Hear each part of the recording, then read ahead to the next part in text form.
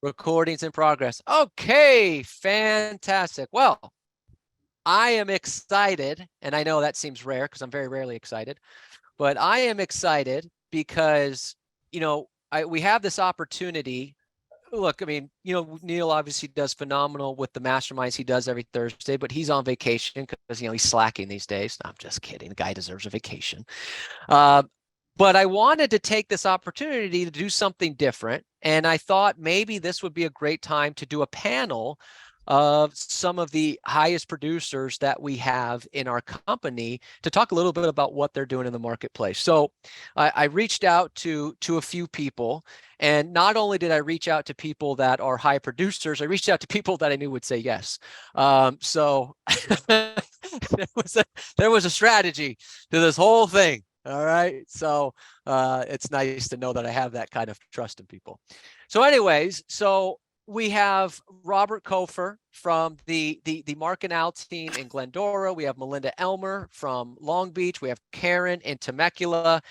And the exciting thing that about the three of them, not only based on their production, but was kind of unique. I didn't plan this until I thought about this morning. So they're all three in different areas. So sometimes, as a coach, I hear, well, yeah, but they're in a different marketplace. They're in a different area. And it's like, okay, well, you're going to hear from three people from three totally different areas and what they're doing to stay productive. So Melinda, Karen, Robert, welcome. And thank you, thank you, thank you, thank you, thank you, thank you, thank you, thank you, thank you, and thank you. So excited that all three of you could be here. Wait, where did Robert Cofer go? I was going to say, where'd he go? He was just on my screen. Having an audio issue. I saw him mute and then grab his phone. Okay, well, he'll be back. Okay, very good. So I want to just jump right into this. I want to make the most of our opportunity here. All three of you are going to close anywhere from 50 to 100 transactions this year. Okay. And none of you really are parts of large teams. Okay. So Robert really has, when he gets back on, he'll talk about it. He's part of the Mark and Al team, but the Mark part of that team has been kind of retired for an X amount of time. And Al really just kind of calls people that he knows, which is even rare.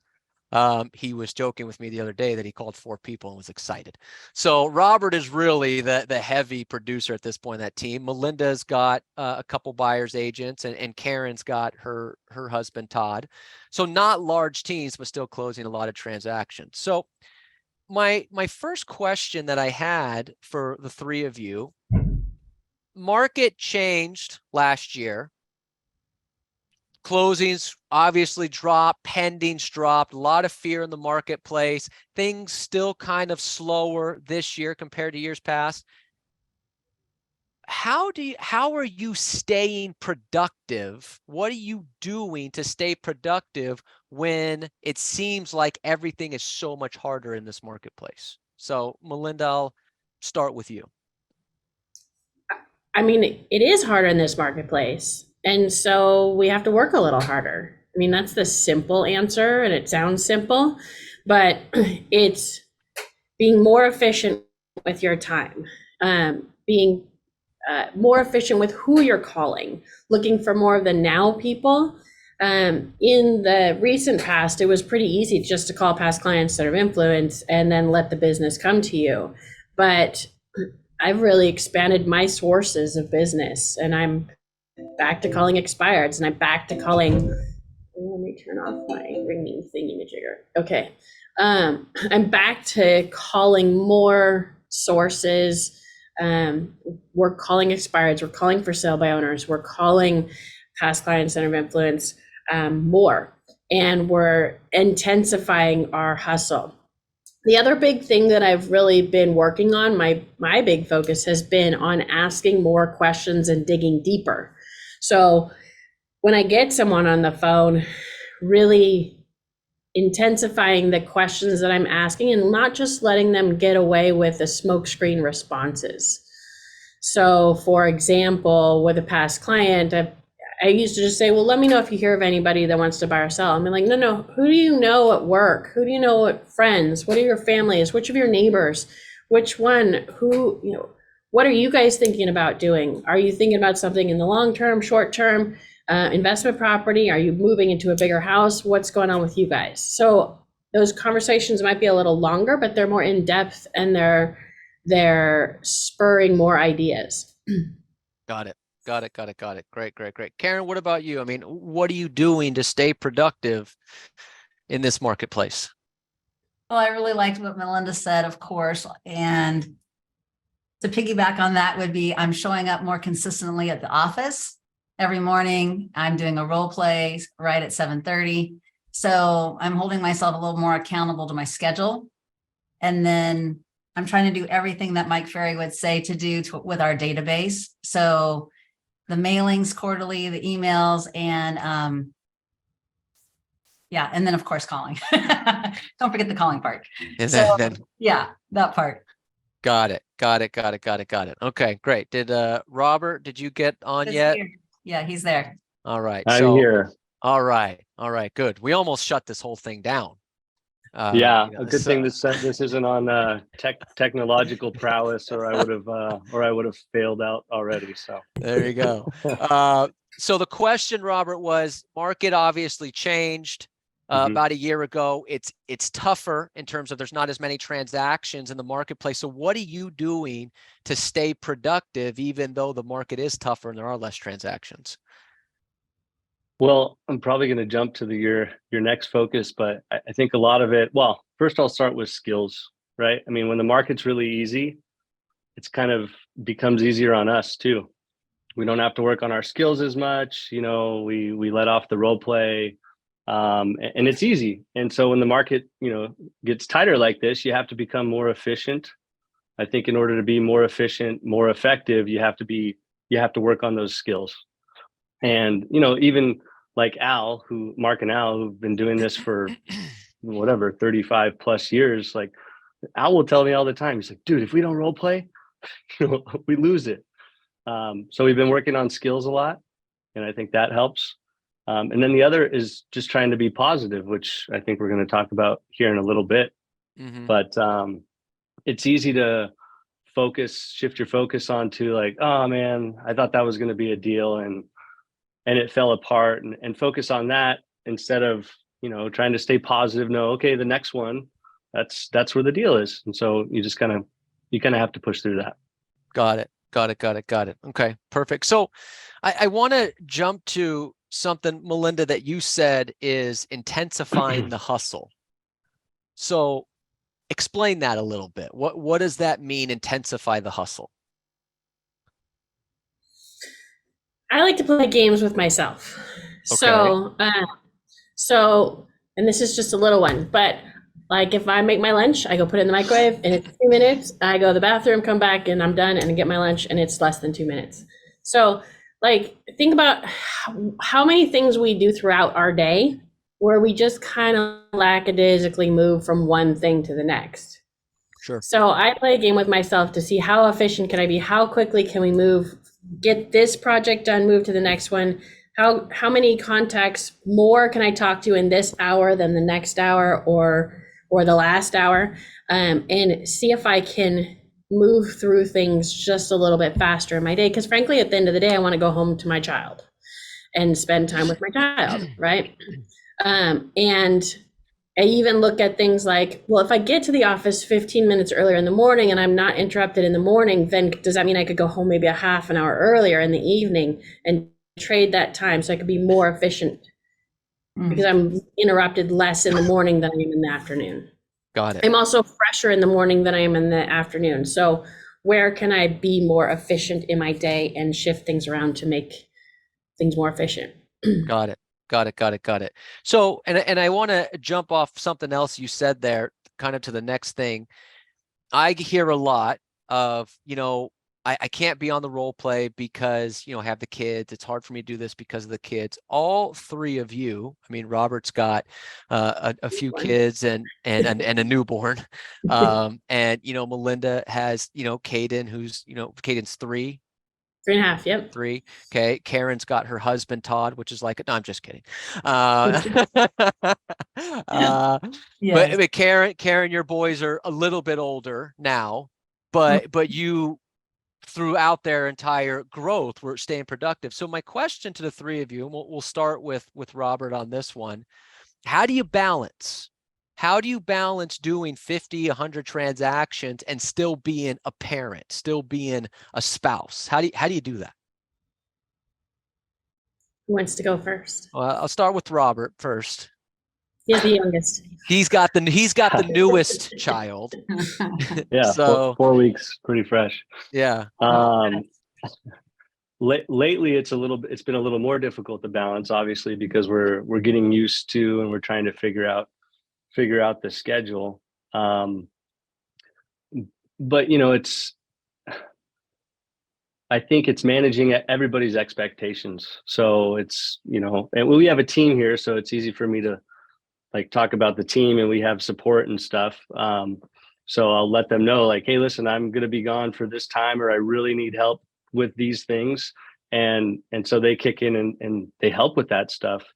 It's also managing, I think, my family's, the kids' expectations too. I'm like, listen, dad has to go to work right now because you need that new baseball bat. And so I have to sell X number of houses and kind of keep them in the loop. And, they're young, but they still get it. I have to work if we want to do the things that we want to do. And then managing my clients' expectations too. I think when I first started in this business and had kids, I would catch myself, like I'd be on like vacation or, doing something, and I'd almost like not want to get caught doing that. And now I'm just pretty upfront with my customers, and I think they appreciate it. I'm like, hey, listen, I'm at the baseball field right now, but I can talk for a couple minutes. Just if there's a screaming kid in the background, I apologize. And I think most of the time they appreciate it. So I think it's just managing everybody's expectations. Great. Karen, what about you? How have you managed in your career to be as productive, but still be mom and spouse? Well, when we started in resale in 04 and 05, my kids were little, 4 and 6. And, we did have a nanny, so that's always a win. However, we put the boulders, the big boulders in first of our life, right? So the kids, of course, are very important to me, and their big days are important, and their, concerts at school and their plays and after everything, the football games and the soccer games, lacrosse games. So we went to all of that, and we just put it in the calendar, and then I would just work the schedule around it. So if I don't get my prospecting done Friday afternoon because I'm at a game, then it's Saturday, right? So we just have to make it work around the schedule. But they're all a priority. So their schedule goes in first. So when you're doing your business plan, you're doing the schedule for the family goes in first. You base your work schedule around that. The big events of their schedule goes in first. Okay. Going to get Legos goes in last. Toys, right? Which is their reward. But they remember those days. Hey, mom got you that brand new Lego set because we got a sale. So it's a win. Got it. But yeah. Okay. It's delegated too. So hold on before you go. That delegating to like TCs, escrows, staff, things like that. What do you mean by delegating? Well, I mean, even the kids' schedule. I mean, you don't have to do everything.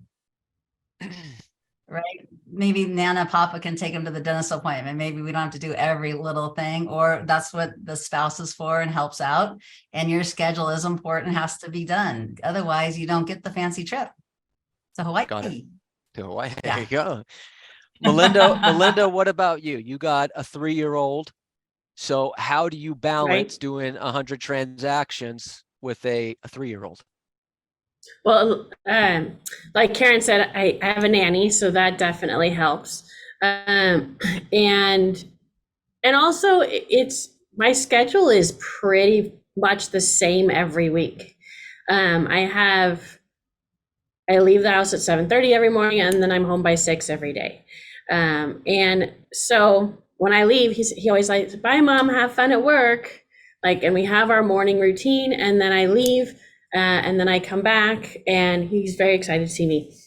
But then when I'm home, because I worked really hard and was super efficient during the day, I'm getting better and better about really just putting my phone down in the evenings, and then I can be fully present with him. So he knows that when I go to work, I'm at work, and then when I come home, that I can actually be there with him instead of worrying about what I didn't do during the day or what I didn't get done or what still needs to be done. And I set those expectations with my clients that I work business hours. Now, that was also part of why I ultimately added staff and a team as well, because I found that I got to a certain point in my business where I needed to have some leverage. And, my first ad was a TC. I think I've had a TC my entire life, in real estate anyway. And then, having first a part-time assistant and then growing into a full-time assistant and then adding buyer's agents. And now we're working on training them to be listing agents too, because ultimately, like if I go out of town or go on vacation, I don't want to be trying to or be upset that I missed a listing appointment because I was out of town on vacation, that I have other people who can go and manage those as well. Got it. But I coach as well, so I have all sorts of hats that I wear. But again, on the weekend, on Sunday, that's my day off, and that's my time with my son. And we have somebody else who's watching the phones those days. On Saturdays, I'm on call for my team, and I go on appointments. But I also make it a point that I have a date with my son, and we go to his little gym class and things like that. And I have some time with him on those days too. And he likes to go shopping on Saturdays. That's his favorite thing to do. And buy Legos. And buy Legos. Or cars. Yeah. So what I heard from kind of all three of you, the kids are involved in the goals, right? The kids are involved, and this is why I'm going to work. You get to go on the trip. You get the bat. You get the Lego. So you're involving them in what you're doing on a day-to-day basis, right? Okay. So I want everyone to write this down who has kids. This is really important. Okay. If you get the kids involved, they become an asset. If you don't get them involved, they become a liability. Okay. Very important when you have kids. All three of them are getting the kids involved. If I go to work, you do this, I do that. So but here's my question to all three of you, because all three of you mentioned kind of setting expectations. Do you ever lose clients because you take a day off? Sure. Okay.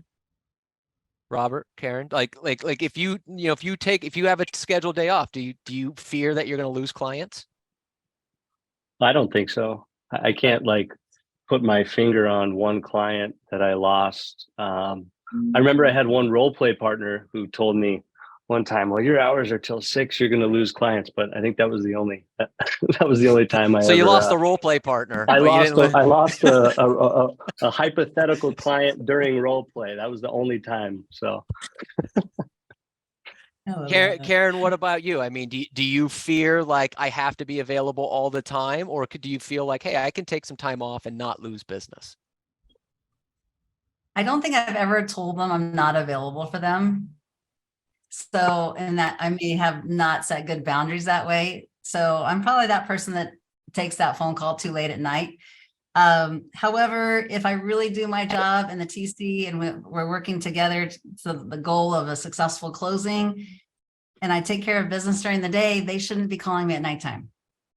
So I don't have a lot of calls at night because we take care of them and we call them and we reach out to them, and I overcall them. So they get more than enough love from me during the day. Okay, got it. That's kind of what I heard. I'll clarify, Robert. When I say sure, I've lost clients because they wanted me to work 8, 9 o'clock at night, or they wanted me to work outside of the boundaries that I don't work. So I was never afraid that I was going to lose those clients. It was totally fine with me to let go of those clients.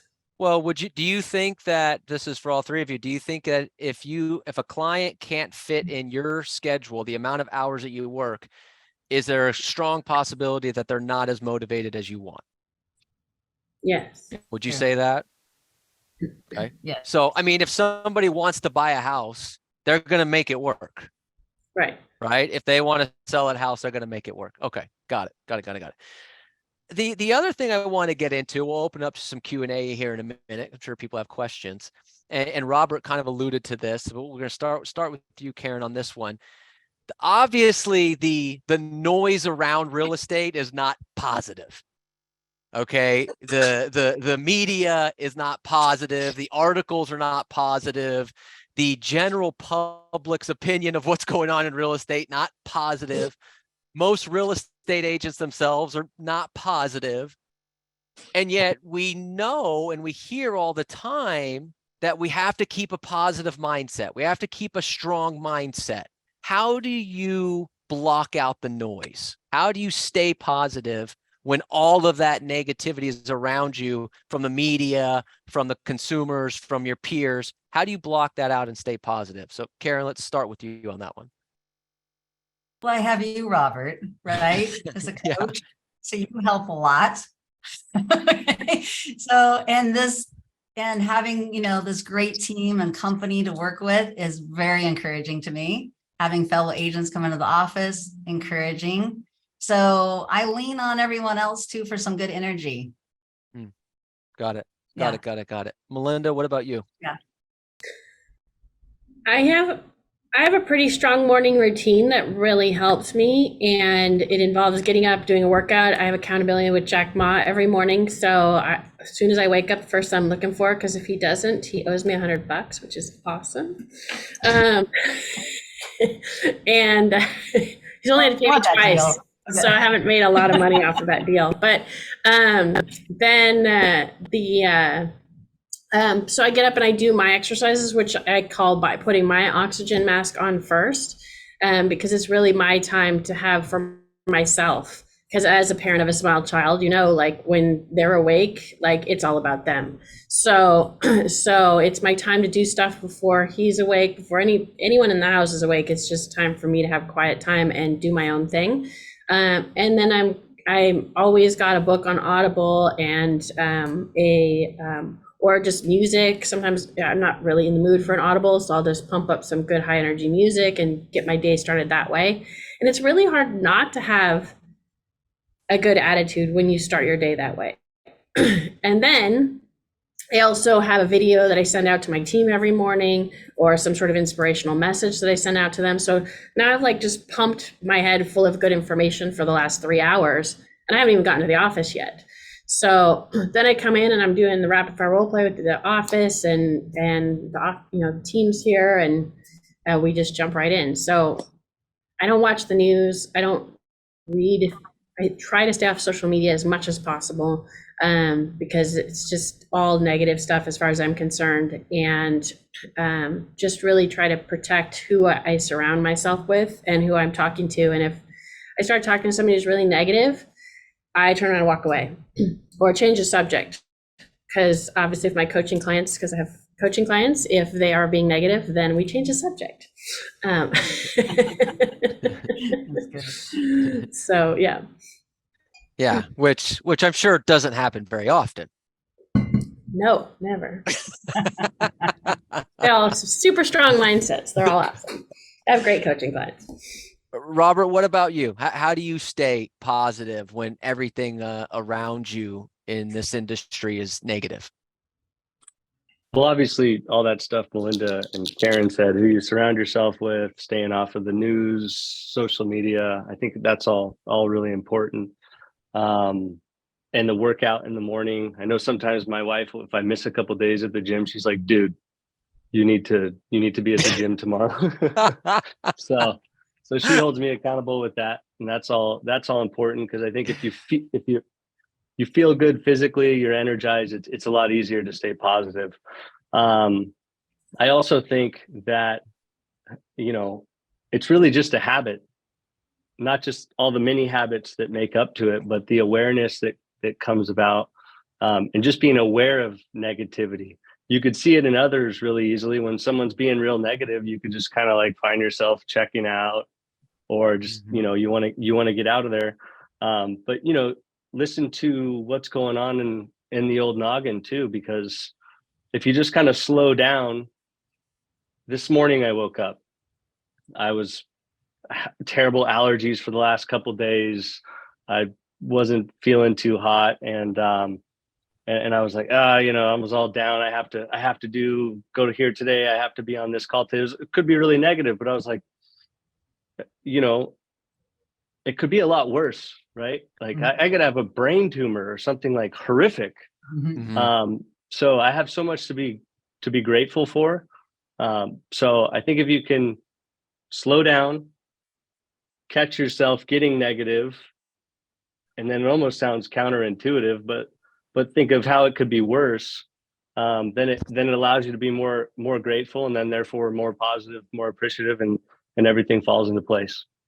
That's great. That's great. No, absolutely. And appreciate all those answers. It's vitally important.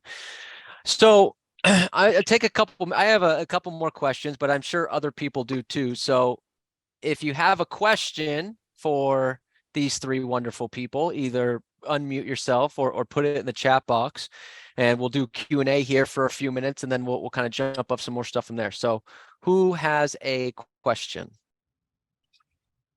This is Vianney. I would like to ask you guys, what is the unique technique, skill set or certificate or the tool that you guys use that you think it would just definitely set you apart and makes you the most successful agent? All right. So who wants to start? I'll let Melinda start with that one. I'll go. I'll just say Mike Ferry. So Karen talked earlier about delegating. And Karen just showed her ability to delegate by saying, okay, Melinda, you first. Let me see what Melinda says first, and then I'll come up with my answer from there. Okay, Melinda, go ahead. You were saying? So I said Mike Ferry, and it was because I picked one system and plan to follow up with 20 years ago. And I've stayed true to that system and followed that system since day one. Got it. And okay, so is there anything particular in the system that you think is more unique or applies a better skill set, or is it you got to do it all? Well, you absolutely have to do it all. But if I had to focus on one thing, it's the discipline of the schedule, and especially the morning schedule. When I was a brand new agent, I was fanatical about my morning schedule, and I still today am fanatical about my morning schedule. And come in, do my role play, prospect, do my lead follow-up. Then, and it's shifted a little bit now that I've become a team leader and a coach and all these other things. But that base part of my morning schedule is rock solid, and it will continue to be so until I leave real estate in the long, very, very distant future. Go. Good job. All right. So Karen, do you want to take it, or do you want to delegate to Robert? I'll take it this time. Okay. All right. So Karen, what makes you unique?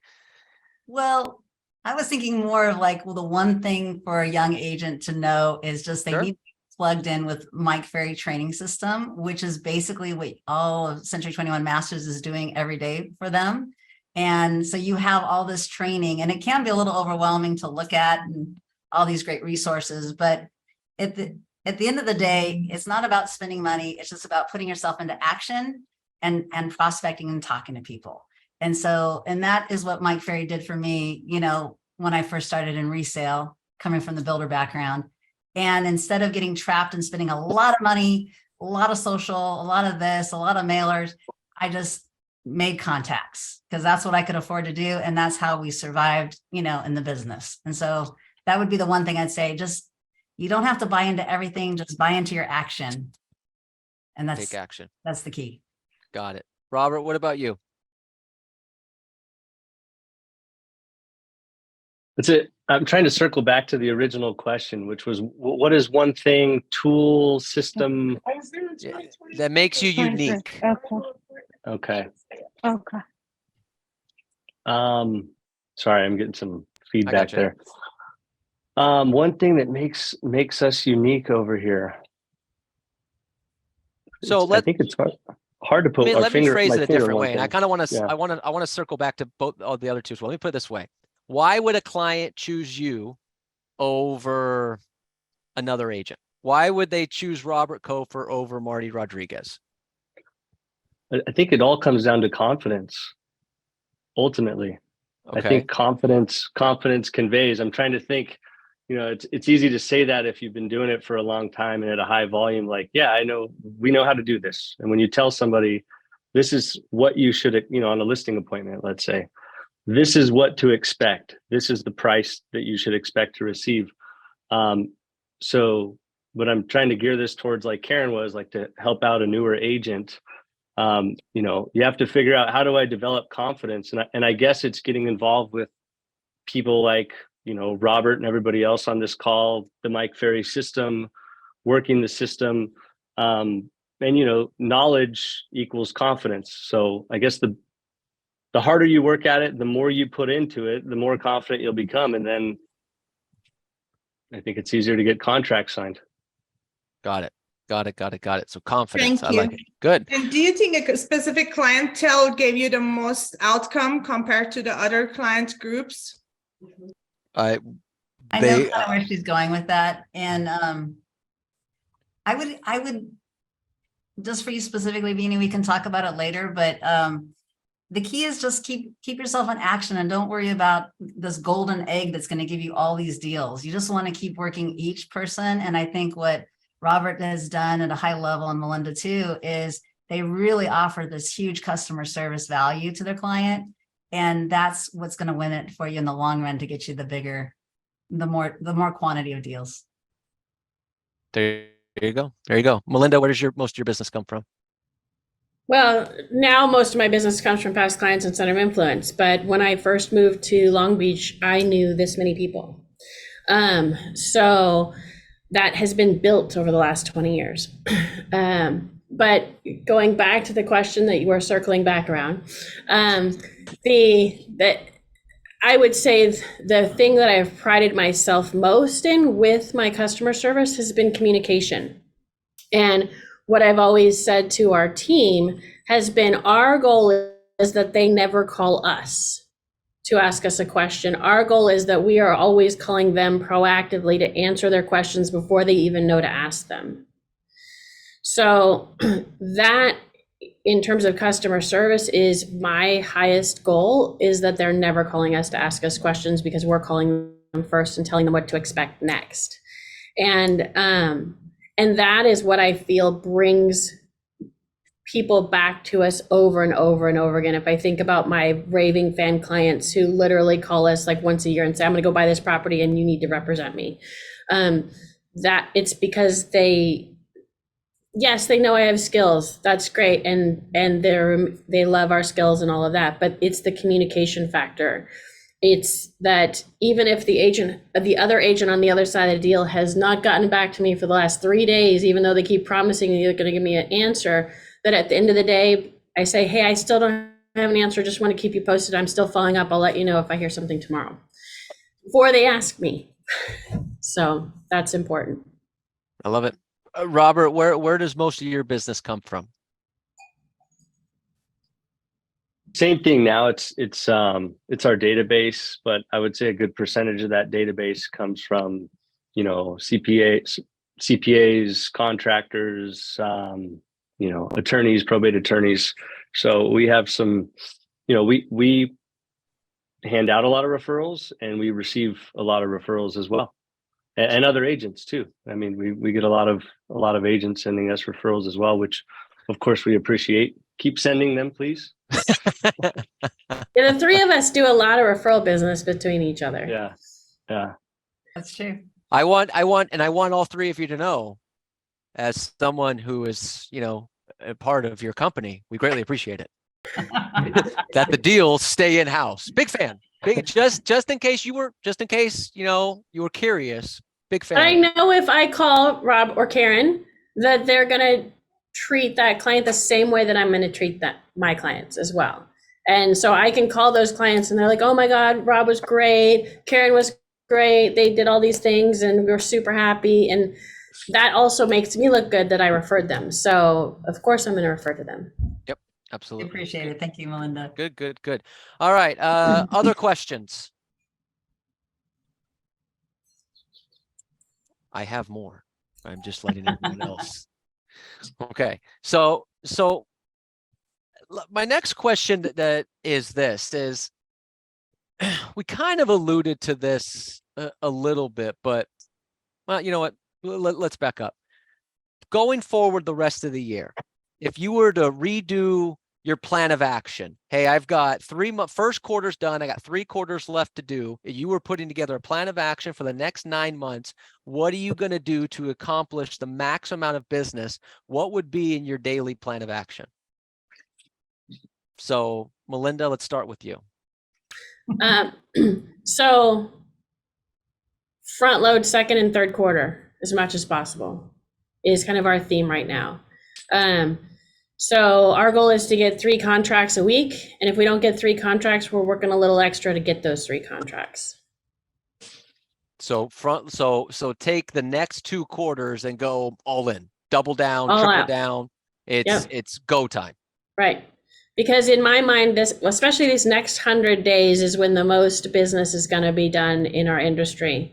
So, I mean, with all the really cool programs that are going on, we saw the statistics earlier today that the numbers are starting to be up. We're starting to see multiple offers again. It's time to tell everybody that multiple offers are back and to get back out there and do stuff. So the more that we can communicate that to people and get the word out, because the news is feeding people with negative information that's not accurate for today.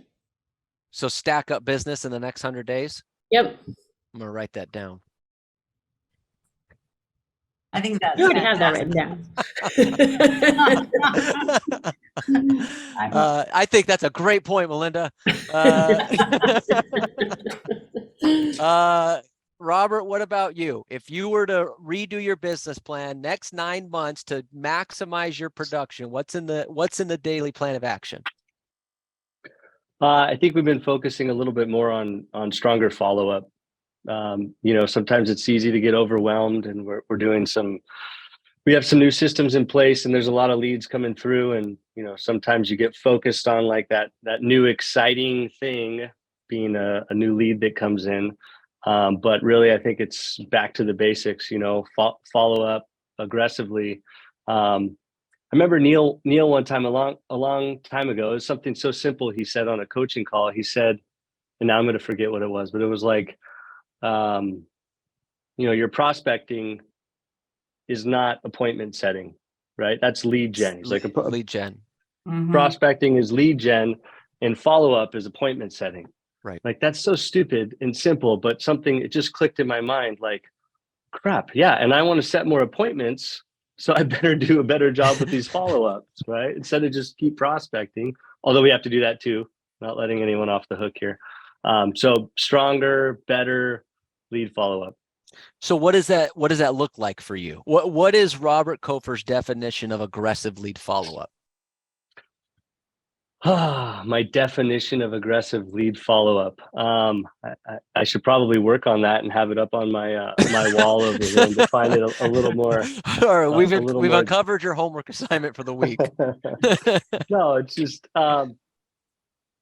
if you tell somebody, and part of it too is the follow-up of, if you tell somebody like, hey, I'm going to get you this by this time, like you get it, you got to get it done by that time. Sometimes it's, I got busy and I'm going to get it to them in the morning, but I told them I would have them this thing, whatever it is, by this time. So it's just a little bit more discipline, I suppose, in the timing of the follow-up and all that. Got it. Okay. Karen, what about you? 9 months left to go in the year. What would your plan of action look like to maximize your business? For me personally, I'm going to have to up my numbers more. And so to do that, my concentration is calls in the morning. And then in the afternoon, if I don't have an appointment, I am going to be hitting the doors for at least an hour. So Okay. part of I'm also with Monday mornings with Mike. And so they were talking about that, is that we can do a little bit more intensity, up those numbers. 50 might be the right contact number per day to reach the goals we need to hit. Got it. So up it to 50. I'm not committing to 50. I'm just saying that's probably what we need to do. I already wrote it down. I I heard some accountability there, I Karen. wrote it in pen, Karen. I can't erase it. And so Karen's committing to 50. We all heard it. There was 84 people on here and it's recorded. We all heard But it. here's the thing that I want to make sure is clear, that yes, 50 is a great goal to have, but if you've been doing 5, you're not going to be able to suddenly do 50 tomorrow. No. It's not going to happen. No. That's true. No. So let's do 10 then. Okay. No. God.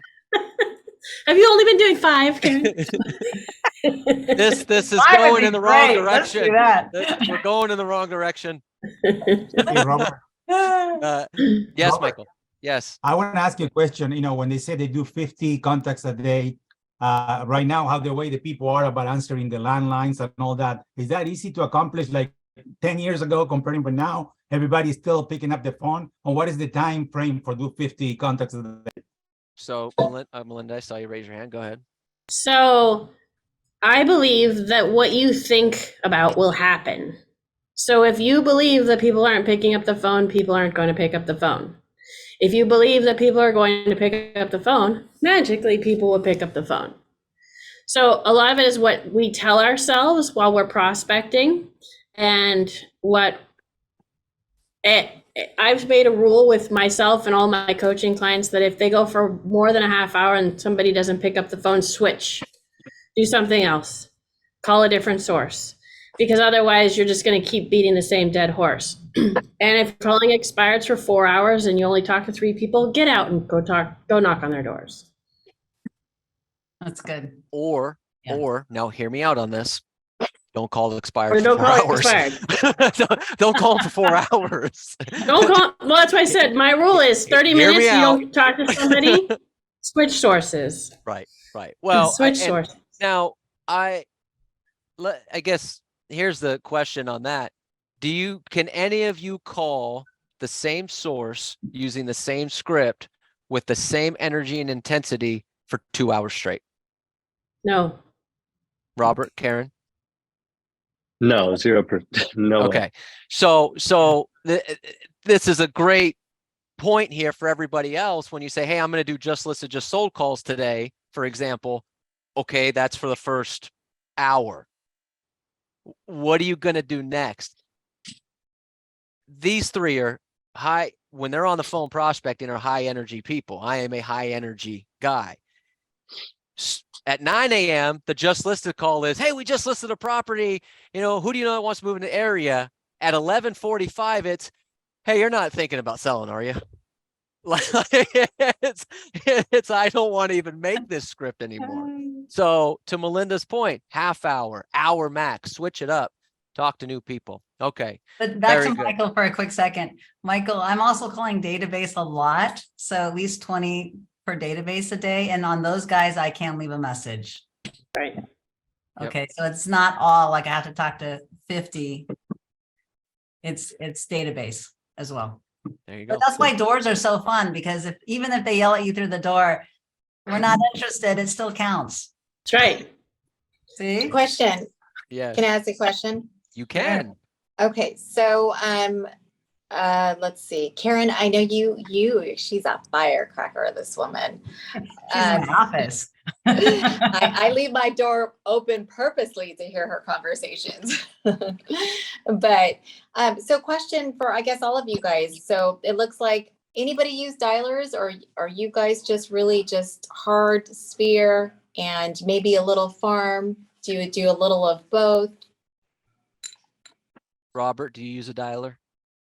I've used all kinds of dialers.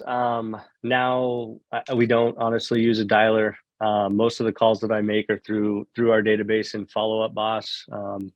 I'll cherry pick expireds, and I don't even bother calling them. I just go knock on their door. Okay. Interesting. Melinda, do you use a dialer? I don't use a dialer because for me, I get super distracted. So it's better for me to hand dial because I focus on what I'm doing instead of looking around at 9,000 other things. So I have Vulcan for expireds, and I pull them out, but I do same thing. I cherry pick which expireds I want to call that day, and then I can also door knock them. And then for sale by owners, I just find on Zillow or wherever they are. So I'm not using a dialer again. I just get too distracted, and then I use my follow-up boss for a database. Karen, what about you? Do you use a dialer? I do not. Okay. Okay, it. so as far as cherry picking, what do you cherry pick? What is the criteria that makes you cherry pick? They Has have to in be Long Beach. Yeah, I was gonna say they has to be right next to their Is house. the area? Yeah, I just only try to find ones in Long Beach only. Got you. Yeah. Robert, what about you? What's the criteria to cherry pick? I don't like to see anybody else's signs in my neighborhood. So, it's usually stuff I could hit on the way home from the office. Obviously, if I know it's a red flag, I guess cherry pick might be the wrong word. If it's been listed and expired 3 or 4 times, like I don't probably need to talk to those people. Just my thought personally, they're probably crazy, to be honest, if they've listed 2 or 3 or 4 or 5 times. Especially if they've only been on the market for like 12 days. And that's that's not your standard? I try to avoid crazy when I can. I only tolerate you, Robert. Yes. That's one is enough in his life. Yes, yeah, you're all I can take, man. One is enough in his life. Very good. Good job. Good job. Okay, so it's 1:04. I want to be respectful of their time. So everybody, do me a favor. Please unmute yourselves. Give these 3 people a round of applause that they deserve. Thank you. Thank you. Thank you. Thank you. Thank you. Thank you. Thank you very much. Thank you. Before everybody leaves, real quick, hold on. Before everybody leaves, they talked about skills. If you don't know already, 8 a.m. over here on this same Zoom. I mean, look, they make a good point. 8 a.m. on this Zoom, 8 and 8:30, we do role play. Here, you always have a role play partner. So check in here. Come, we role play. You have different scripts. You have all kinds of different things. Melinda's here. Karen's here. I mean, it's got to be here. Yes, Randy. Robert, push out Mike Ferry, May 5th. We have Mike Ferry. You just did. You want to know how they make all the money they make? It's role play, objection handling, and it comes from Mike Ferry. Be there. There you go. Shameless plug again. April 24th and April 25th, I'm leading a virtual prospecting clinic. It's only 8 to 12, just 4 hours each day. Come join us. I'll put the link in the chat again. Put it in there again. And you'll make lots of money. There you go. Right on. Yep, a great plug. So the 3 of you, thank you. I know you're busy, and I know you only say yes because you're doing me a favor. So again, thank you. I really appreciate that. So if you have a hard stop and you got to go, you're more welcome to. But what I want to do is I want to open it up to the group. This was about 45 minutes of I was jotting down notes here, and I had to eventually stop because I had to pay attention to what they were saying. So I'm going to have to go back and rewatch this. What'd you get out of this? Well, you heard from 3 people that are going to close 50 to 100 transactions in a market when there's 40% less closings compared to last year. What'd you get? What'd you hit? What'd you hear? I'll start. Yes. I love that Karen said, keep yourself in action. I think that's really important. That's it. When the body is in motion, the mind will follow. Hey, Todd. Now we have to start all over again. Oh, no. Okay, what else? What else did we get out of this? All right. What else?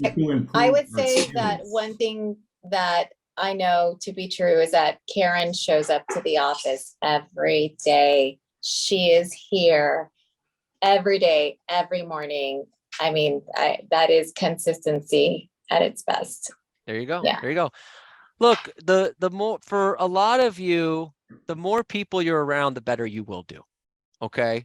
We have as a company 12, I think, brick and mortar offices. I mean, technically we have more than that, but some of them are just satellite offices. You have plenty of places to go to get yourself to the office, get out of the house, be around other agents. Okay. Georgina just said Karen's in comes to the office, which means Georgina's in the office. If you could go to Temecula and hang out with those two ladies, you are going to be far more productive. It's just a fact. And then I know Gabby goes there, and we got Melissa. I mean, you'll just be far more productive being around those people.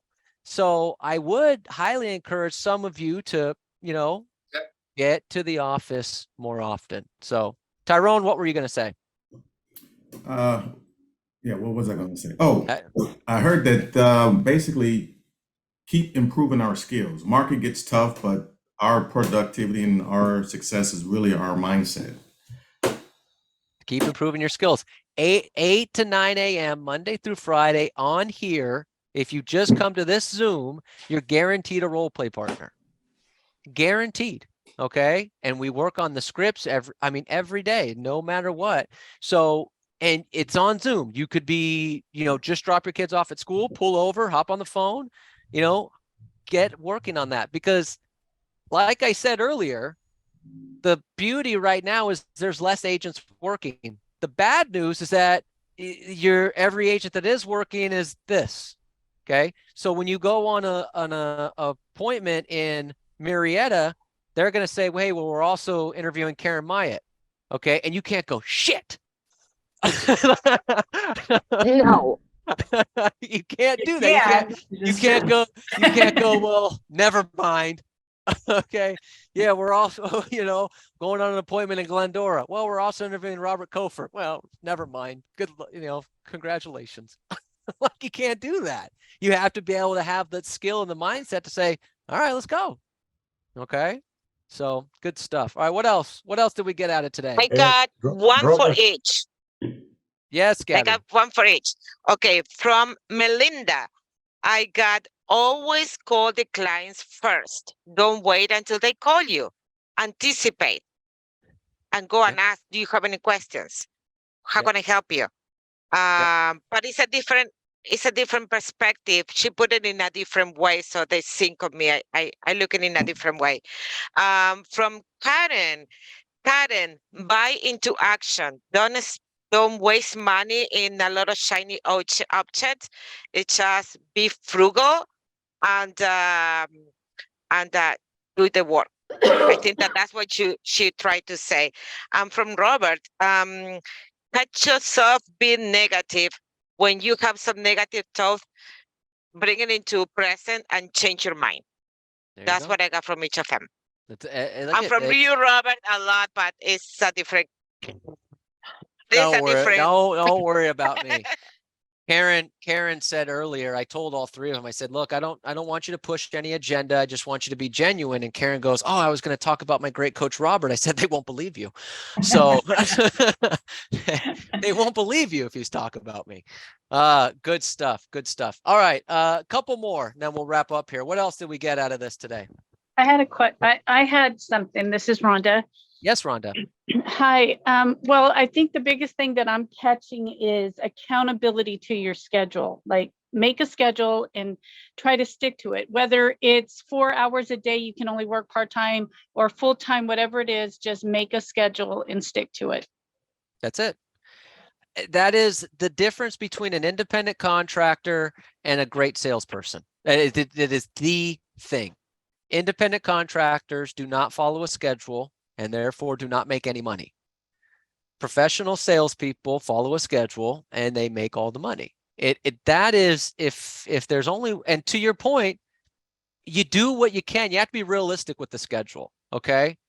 Because I mean, I know some of them get up really early, okay? Melinda, what time do you wake up?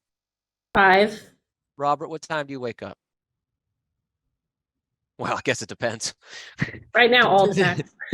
I was going to say 1, 3, Yeah. 4, no. So assuming all the kids are sleeping, what time do you wake up? 4:45. Karen? I'm the late bird. I wake up at 6. Okay, that was my point. But that's my point. That's my point. You have But to be I am real, here by 7:30. but you have to be realistic with your schedule, okay? Because I get up at 3:30 every day, and people go, well, how do you get up at 3:30? And I would say, don't try it. That's not for you. Okay. Doesn't mean I'm more productive. Doesn't mean that Robert's more productive at 4:45 and Karen wakes up at 6 that they're less productive. It's just realistic to their schedule. It's realistic to their habits and what they do. So when it comes to creating a schedule, don't follow anyone else's schedule. Create the one that fits you, what you're good at, what you can accomplish in whatever hours that you want to do. But I'll leave you with this on the schedule. The two most important things you need on a schedule: a start time and an end time. Okay. The reason most people feel like I work 24 hours a day, 7 days a week is because they don't put an end time to their day. Okay. If you want your day to end at 5, then make your schedule really tight and efficient so it ends at 5. If you want to, I mean, Valerie Caro, for those of you that don't know who she is, Flagstaff, Arizona. She ends her day at 3:30 every day, and then she goes and either flies planes or rides horses or do what other crazy activities that she enjoys doing, right? But she starts her day at 6:30, and it's super tight and super efficient. Everybody's different. All right, good stuff. All right, one more. What else did we get out of today? Thank you guys. I got Robert, Yes. I have the one that Melinda, I think they were mentioned something about it, but Melinda was making the point with not watching the news, no social media, and also change the subject with negative people. Yep. I mean, and more than anything, she ended up saying to learn to guard your mind, to protect it. Yeah. And I would like to give Melinda credit for being amiable and just changing the subject, because I will just leave the conversation. See, I am amiable. So- And you know, yeah, I will just say, okay, and then just walk away. And So, one of the questions I was going to ask Melinda is if she has some kind of ritual, if you got a tough conversation with an agent in a transaction, a negative situation that it came up, do you have some kind of ritual to reset yourself and just get back again and keep doing your job? So every once in a while, you know how you get a screamer on the other end of a transaction? I go, yes. oh, click. 1, 2, 3. And I make it a game, right? I'm like, oh, I'm sorry, we must have gotten disconnected. But then they start screaming again, click. I kind of went through the same thing today. Hold on a second I here, have to- Juan Then- Carlos. I then feel they like do it I've been a again. part of this before. Melinda and I got a little something to hash out right now. They do it again, and I go, oh, click. And I go, you know, it seems that we don't have very good connections. So since we don't, and we can't seem to have a civil conversation, I'm going to convert this to email only. Yeah. And then usually I call Cindy and hand it off to Cindy. So it's all good. I love Cindy. She's amazing. There you go. Look, I got a bunch out of this. Like I said, I was taking notes, but the one main thing I got from all three of you is you all are focused on efficiency. It's I've got this amount of time in my day. I'm letting my clients know. I'm letting my team know, whether it be an actual team or TCs, title, escrow. I'm very tight on my schedule. Like all three of you are very efficient. Who you're calling, you know where your money makers are, and I focus on that. Everything you do in your business is to maximize the efficiency. And I think a lot of that has to do because all three of you really pride not only your personal lives with your families, but I think I know all three of you really pride having that free time for yourselves and vacations and getaways and things like that. So I think really the maximizing the efficiency in your workday allows you to have more free time. So I think that was my big takeaway. All right. Well, Karen had to run already, but Robert, Melinda, thank you. This was fantastic. This was recorded, and we'll get this set up and getting out for everybody. So really appreciate it. Thanks, Robert.